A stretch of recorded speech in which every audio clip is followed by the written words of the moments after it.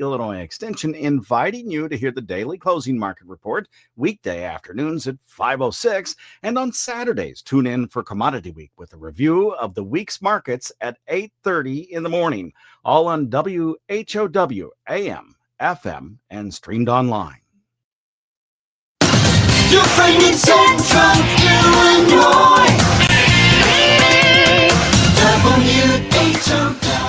Top of the morning. Thanks for being with us. I'm your host today, Seth Lawrence. The WHOW Morning Show streams to Facebook and YouTube, brought to you by Peterson Insurance, your Pekin Insurance agent in Clinton. My guest in studio this morning, Melanie Brown. She is the facilitator of the Central Illinois CEO program. Good to see you, Melanie. How are you? I'm great. Thank you. Thanks for coming out. And Lisa Sheppard is the facilitator for the Sangamon Valley CEO program. Good to see you, Lisa. How are you? Good. Good morning, Seth. Yeah, thanks for coming out, guys. It's good to have you in the studio. And first of all, how was everyone's summer? Good, Melanie? Yes, it was really good. Yeah, Nice. it was hard to get back in the swing of school. Not gonna lie. Yeah. But it's always exciting once you get started and you see the students and how eager they are, and just know what you're doing is where you're supposed to be. Sure. How about your summer, Lisa? Things good? Great, man. They seem to go faster I and know. faster, don't they? Yeah, totally agree. This one flew by. I don't know what it was, but Yeah. it went by really quick. Yes. So, well, we are back in the swing of it, like you said, Melanie. How's your group this year? Really, really good. We have 15 students, and we are just, I guess, in week 2, which is crazy because I feel like we've done so much already. We did go out and spend a day at Farm Progress, and that was a really great experience for many of them. When'd you go? So we went on Tuesday. Oh, okay. Yes, Nice. I was there this year, so. Yes. I had hoped to find you, but I was helping them find important things like walking sticks and ice cream cones, and You gotta get the freebies. So yeah, gotta get the freebies for sure. all the important things. How many kids do you have this year? I have 15. Okay. Yes. Is that a record for you? It is. Yes, Uh-huh. that is the most we've ever had. Yeah. So Yeah. remind us real quick where your students come from. Yes, that's a great question. Warrensburg, Latham, Merle, Forsyth, Clinton, and Farmer City, Blue Ridge make up our program. Okay. And Lisa, how about your group this year? We've got 12 this year. Really excited about having a greater distribution between all the schools. They seem to be a really great group already. And yeah, we're 2.5 weeks in, and we're off and running. Did you guys start at the same time? We did this year. Yeah. We just Cool. Yeah. started the exact same day. Yeah.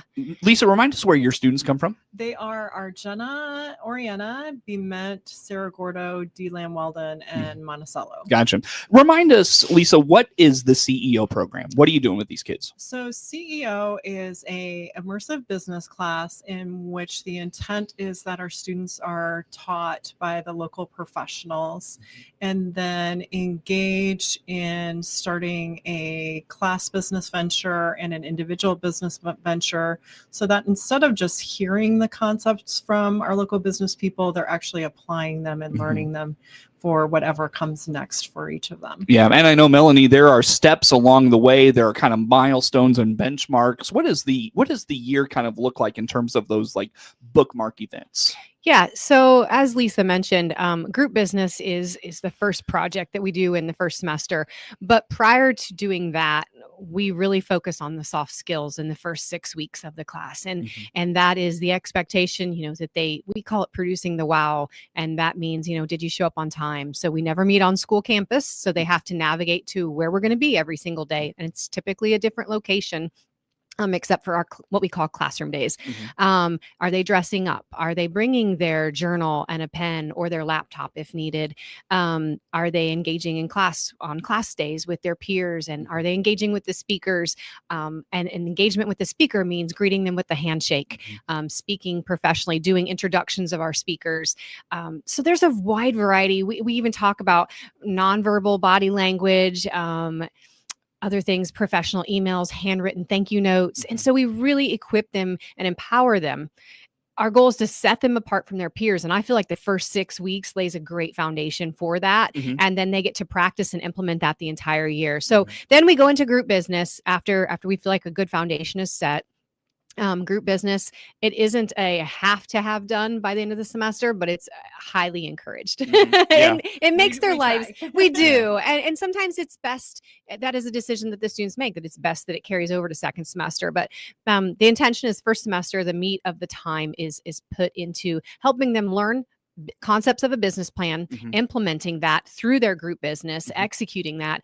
And then second semester is basically repeating that whole cycle, but as an individual business. Sure. So this is a very project-based class. There aren't quizzes and terminology that they have to memorize and things of that nature. Is very project-based. Yeah, sure. What does the first few weeks of your class look like, Lisa? Like, what are you doing with the kids? So one of the very first things that we do is we get them out on the ropes course at the Little Galilee to do a team building exercise and start to create that team and that network. So that's one of the big aspects of it. We also start to kick off mentor day. Each of the students is paired with a professional mentor. This is a lot to take on as a student by yourself. So you need to be paired and have somebody in your corner to help you navigate that. So we'll be kicking off mentor day, I think both of us next week. So that happens in the first few weeks. We're doing a lot of team building. We do sessions on DISC and getting to know, okay, what is your natural working personality and preferences, and then how do you move towards others and understand that the differences are something that is good and not something that you need to build a wall and shut somebody out. So, a lot of those soft, and then like Melanie said, shaking hands and having eye contact and giving them great foundations to build on. Yeah. Tell me about the name tag project, Melanie. That's kind of the first thing. Yeah. How about that? Yeah, I didn't mention that one. That's kind of like the secret sauce for the students. So basically the second, third day of class, within that first week, we present with them a problem and they have to solve it. Very entrepreneurial. And the problem is we need badges. So they need to solve that problem. We need badges for them to wear every single day, and they have no money. So they're not allowed to tap into their own wallets or mom and dad. We can't use Apple Pay, those types of things.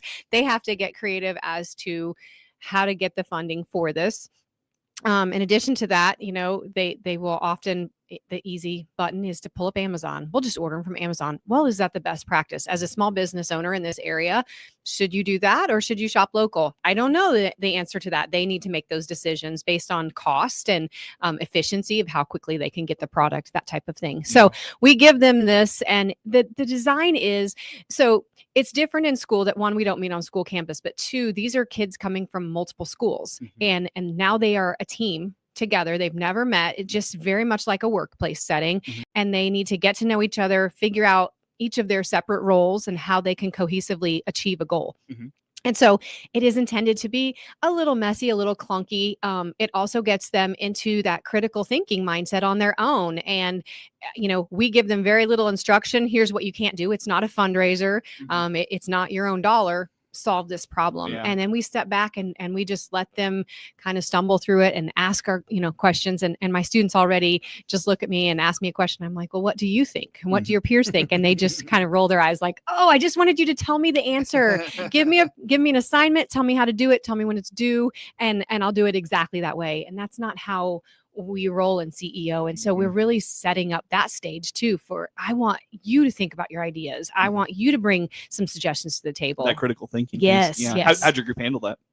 They've done really well. And it's, about the badge business now. The very first year we started this program, no one else knew about it. So they couldn't call someone. And that's the very first thing that they'll say, well, what did last year's class do? And I said, I don't know. Why don't you reach out to them? Well, we can do that. That's not cheating. No, that's being resourceful. It's using your network. You have 6 years of students who've gone through the same project. Why wouldn't you reach out? I would almost think it was silly, if you didn't. And so just helping them change that mindset of it's not cheating. It's actually being efficient and smart.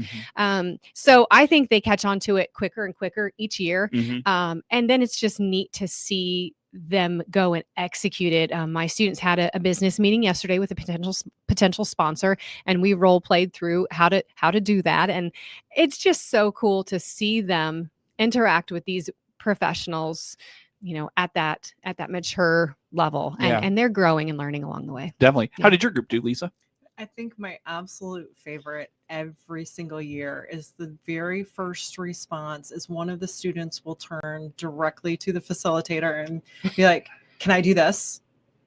I'm like, I don't know. Can you talk to your team? You know, like that whole that they have to start to figure out how to be responsible for their decisions and their actions and what they want to do next. It takes, I think, 3 or 4 of those times, and then they start to get it, and they're like, "Oh, okay, I have a network of people here that are on my side." And I love how they solve it differently every single year, and no matter how they choose to solve it, they're going to learn something from that. How did your group solve it? They are doing a bake sale tomorrow night, at the Unity Monticello football game. They've targeted that's going to be a big night. There's already a group doing a dinner, so they can tag on like dinner and desserts. And so they're finding out like, how do you organize and work through the channels of getting the correct approvals? How do you, we're not bringing the change for them. How are they going to like source the change? And then how does that fairly get redistributed back? And so there's a lot of great things that they learn, whether they choose to solve it through selling something or they choose to solve it through sponsorships. They learn something along the way. Yeah. What'd your group do? Right now they are looking for sponsorship. So they had 2 very specific sponsors that they wanted to target. And they, went with a specific ask. They had to call and schedule a meeting, and they were very just surprised when someone didn't call them back within an hour. And I'm like, that is the professional world. They're juggling a lot. Yeah. So that's why you need to communicate what you're wanting, why you're wanting to meet with them, and what your deadline is. So just those little nuances. The other thing that I think is super cool with this first project, is they start to have this aha moment that, okay, in school, when we do group projects, all of these people sitting in CEO are the people who usually lead the group projects. We all want to be the chiefs, and we're used to being the chiefs. And now we all want to be the chiefs. And we have to figure out where everyone has a part and realize we're trying to achieve a goal together, not against each other. There's, it's not a competition within. Yeah. It's like when a kid becomes a professional, or a professional athlete, you were the best player in your at your high school and college, maybe. Yes. And now you're maybe 5th, 6th best, you got to learn how to work within that, those confines. Yes. So, yeah. So I love seeing that in their journal entries. They've said, oh, this is a little bit challenging because I see some strong personalities, or I see these people are all natural leaders and I'm typically the one being the leader. So I just think that it's just so many great life lessons that they're learning.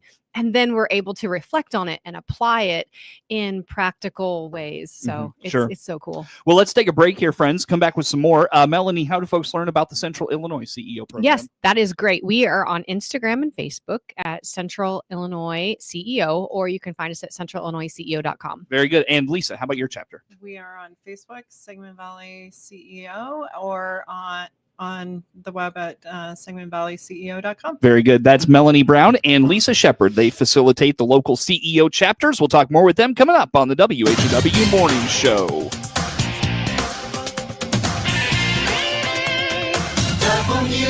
WHOW.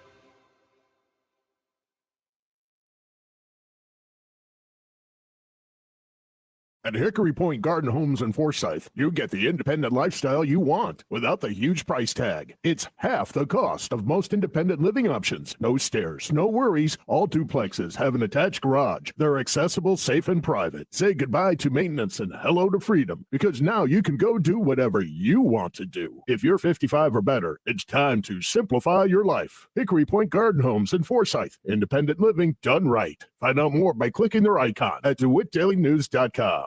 Now there's one web portal for local agriculture radio programming in Central Illinois. IllinoisFarmRadio.com. Local farm programming streamed live and archived to hear anytime. IllinoisFarmRadio.com. Hear the morning and noon farm shows with local agriculture news and interviews. IllinoisFarmRadio.com. Plus hear all of your favorite agriculture farm shows, including RFD Illinois, AgriTalk, RFD Today, and the Closing Market Report. IllinoisFarmRadio.com. It's agriculture grown locally, streamed live, and archived to hear anytime. IllinoisFarmRadio.com. A service of the Miller Media Group.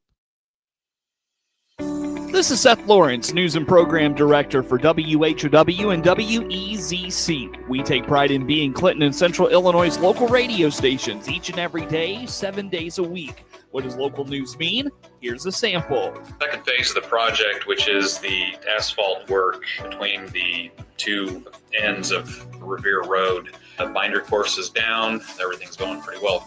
And so we're looking at what is our tier one approach to social emotional learning for our kids. What will change is that we will not have a cover between family medicine, a covered and heated and air-conditioned entrance between family medicine and the hospital. You hear the local people that make the news every day, 7 days a week on the big 1520 AM, 92.3 FM, and 106.5 FM WHOW, and on the station playing America's best music, 95.9 FM WEZC. Your friend in Central Illinois, WHOW.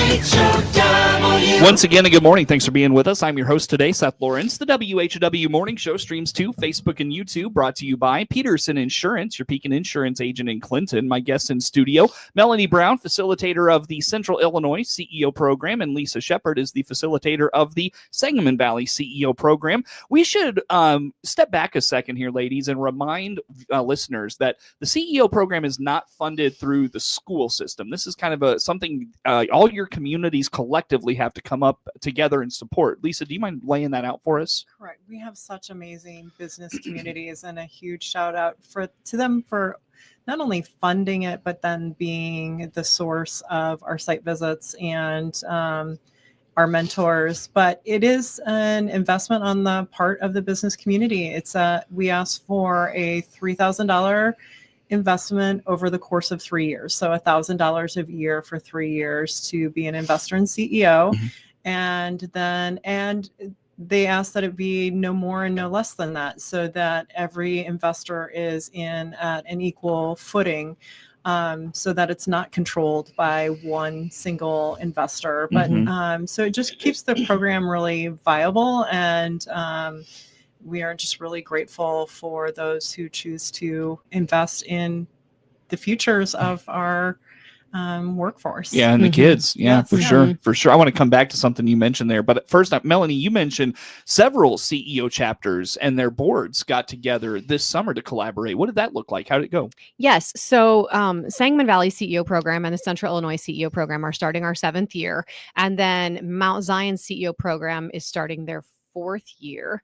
And this was the first time that all 3 programs got together and had the boards as well as the facilitators meet and just say, how is it going? Where can we grow? How can we collaborate? Because even though we're separate chapters and we have separate investors to fund our programs, and you have a separate board and facilitator, all of those things, we see that if we work together and if all 3 programs are thriving, then Macon County and the surrounding areas are also thriving, because our goal is to create and work with future leaders of our communities.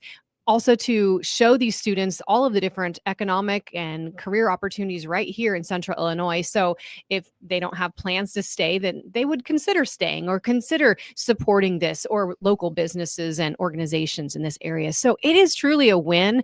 And it's just such a unique opportunity to get our boards together and say, how can we work? So there are continuous conversations going on with the Heart of Illinois Community Foundation. They have an interest, as well as Milliken and Richland, and bringing a regional event to this area. And so there's some conversations and meetings and some plannings going on to continue to nurture that relationship and help all 3 programs and then additional programs in the area thrive. Lisa, did you take anything away from that over the summer? Yeah, it was one that we need to do it on an annual basis. I think all of our boards were in agreement about that. And then, how to share those resources and encourage one another, especially as you get 7 years into a program. Like, how do you keep it vibrant but stable? Like, we've built a lot in the last 7 years, and we've built a lot of stability and a lot of great things. So then how does that stay vibrant and in our communities as well? I think having that joint board venture really helps in that aspect. For sure. You know, to get into back into the kind of meat and potatoes of the program, one of the things that really stands out to students as they go through this process is those site visits. And Lisa, remind us what those are. And over the years, what have your kids taken away from some of those experiences? It's such the meat of the program that our students are in 40 to 60 businesses a year. And everything from your small mom and pop single sole proprietor to large corporations and multi-million-dollar companies. So they really get to see the whole breadth of a lot of different things. And then they're learning accounting from a local accountant rather than a teacher at the front of the room who has to learn this information, then disseminate this information. They're learning from the source of somebody who has to do it every day. And then not only that, the other key piece is most of the time, when possible, we are in their businesses. So they also are getting to look around and see, okay, how many employees does it take to run this? What type of organizational systems do they have to make this place run? What does the culture feel like? Things that you can't get from just sitting in a classroom. And then a huge piece of that is you can't learn everything in 90 minutes. So they're learning, okay, who's the person in my network when I'm just stuck and I don't know what to do with these accounting numbers? Who do I go to that will help me get unstuck and help me do this correctly? Right. Not just have to flounder. So it hits on so many different levels. You know, Melanie, you had a student come to us one year after they had gone through the program. And I think this speaks to probably the experience of a lot of students is learning how many opportunities and things are actually in your community that you really didn't know about before. And it gives the kids a reason to reconsider leaving the area, but stay here and establish a business or just become a professional here. They don't have to start their own business. How about that piece of it? Right. Oh, I think you're absolutely correct on that. And that's the best part is helping them to say, oh my gosh, I drove past the big red barn my entire life. Every time I went to Bloomington or Clinton from Forsyth, I did not know what they did and the reach and how the business works. You know, how do you, as Randy says, sell air, monetize air. And so they have these aha moments of I passed this business and I didn't know what they did. And, you know, maybe their goal is to get into the world of business that's international. Well, did you know that there's an international business right in your backyard? You know, the other cool thing is there are a lot of career opportunities, myself included, that I didn't know that these jobs existed, whether it was in Central Illinois or you know, just to begin with.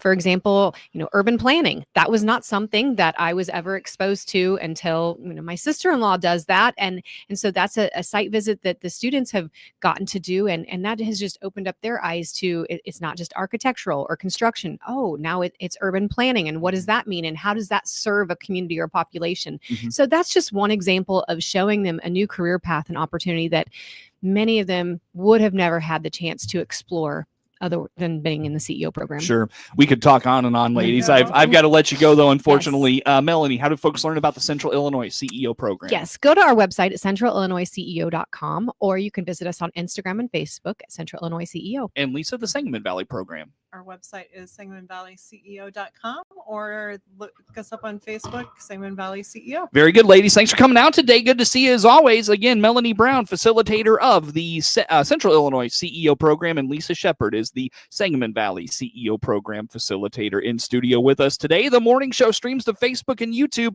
brought to you by Peterson Insurance, your Pekin Insurance agent in Clinton. Network News is next. WHOW. The Big 1520 WHOW Clinton, along with 90.